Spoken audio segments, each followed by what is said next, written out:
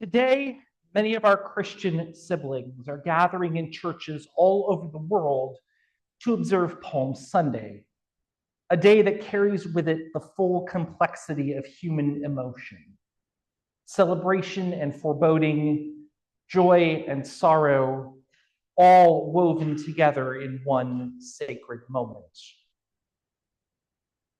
This morning, we explore a question that is as old as humanity itself. Is joy the opposite of sorrow? Or rather, could it be that joy and sorrow are not enemies but companions, each giving depth and meaning to each other? In the story in the Christian scriptures, when Jesus entered Jerusalem on that first Palm Sunday, the people greeted him with shouts of Hosanna.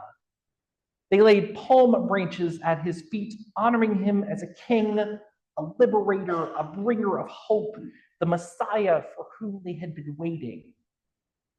It was a moment of triumph, a public acknowledgement of the power of love and justice. Yet, in the midst of all the joyous celebration, we hear in Luke 19:41 how Jesus wept as he approached the city, proclaiming, "If only you had known the path to peace today, but now it has been hidden from your eyes." Just days later, the same voices that praised him would cry out for his crucifixion. The palms of celebration would be overshadowed by the wood of the cross. Even though the Easter story and the events of it resonate differently with me now than they did when I was growing up in church, the image of Jesus stopping to weep on arguably the most joyous moment of all has always stuck with me. We are taught, or it is common for us, to experience the Easter story in third person, as if we are an outsider looking in. But if we were to put ourselves into the sandals of Jesus and experience everything as they did, we would feel both the heights of joy and the depths of sorrow within mere days. There is something human in that, to know that joy and sorrow are never far apart, that they live within each other's shadow. It is a common belief that joy and sorrow are opposites, like light and dark, fire and water. But the truth is they are intertwined, each making the other more profound. Consider the times in your own life when you have felt deep joy. Was it not often shaped by some sorrow that came before it? A long-sought job after months of rejection, a new love after the heartbreak of a past relationship, the laughter of family after a period of loneliness. Joy often feels richest when it follows sorrow because it is, in some way, sorrow transformed. Likewise, our deepest sorrows often arise from the things that once brought us joy. We grieve because we have loved. We mourn because something once mattered to us so much that its loss feels unbearable. Yet, sorrow does not mean that joy is gone forever. It simply means that we are between its chapters. Joy does not cancel out sorrow, nor does sorrow mean the absence of joy. Rather, they are in conversation, guiding us towards healing and wholeness. This interplay of joy and sorrow is not unique to Christianity. Many spiritual traditions recognize that these emotions are not separate, but deeply connected. In Buddhism, The first noble truth teaches us that suffering, or dukkha, is an inherent part of life. The path to enlightenment is not about eliminating suffering. It is about understanding it, embracing it, and finding liberation through mindfulness and compassion. The Zen master Thich Nhat Hanh taught that the lotus of joy grows in the mud of suffering. True happiness is not about avoiding sorrow, but transforming it into wisdom and peace. In Hinduism, the Bhagavad Gita speaks to the balance between joy and sorrow, reminding us that both are temporary states. Lord Krishna tells Arjuna that attachment to pleasure and avoidance of pain bind the soul to suffering, whereas embracing both with equanimity leads to liberation.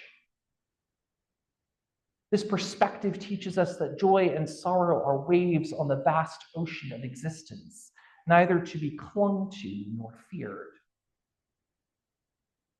Islam also recognizes this duality. The Quran states, "Verily, with hardship comes ease," affirming that sorrow and joy are part of the same divine rhythm. The Sufi poet Rumi echoed this when he wrote, "Be patient where you sit in the dark. The dawn is coming." This teaches us that even in our deepest sorrow, joy is never far away. It is already woven into the fabric of our experience, waiting to emerge. One of the most profound spiritual practices we can cultivate is the ability to hold both joy and sorrow at once. It is easy to believe that we must choose one or the other, that we must be either happy or sad, either celebrating or grieving. But life does not work that way. We are always holding multiple truths at the same time. Think of a parent at a child's wedding, so full of joy at their child's new beginning, and yet perhaps feeling a twinge of sorrow at the ending of an era. Think of those who have lost loved ones but still find ways to laugh in their memory. Think of the communities that have suffered loss yet still sing, still dance, still celebrate what is beautiful. These moments remind us that we do not have to be fully healed to experience joy, nor do we need to suppress our sorrow to allow joy to enter. Instead, we learn to hold them together, allowing them to shape us into more compassionate, more fully alive beings. When sorrow arrives, it is easy to believe that joy has abandoned us. But what if joy is not gone, only waiting to emerge when we need it most? What if, rather than seeing joy as an antidote to sorrow, we see it as the very thing that sorrow needs in order to heal? There is a Hasidic story of a rabbi who taught that joy is not incidental to spiritual life. It is essential.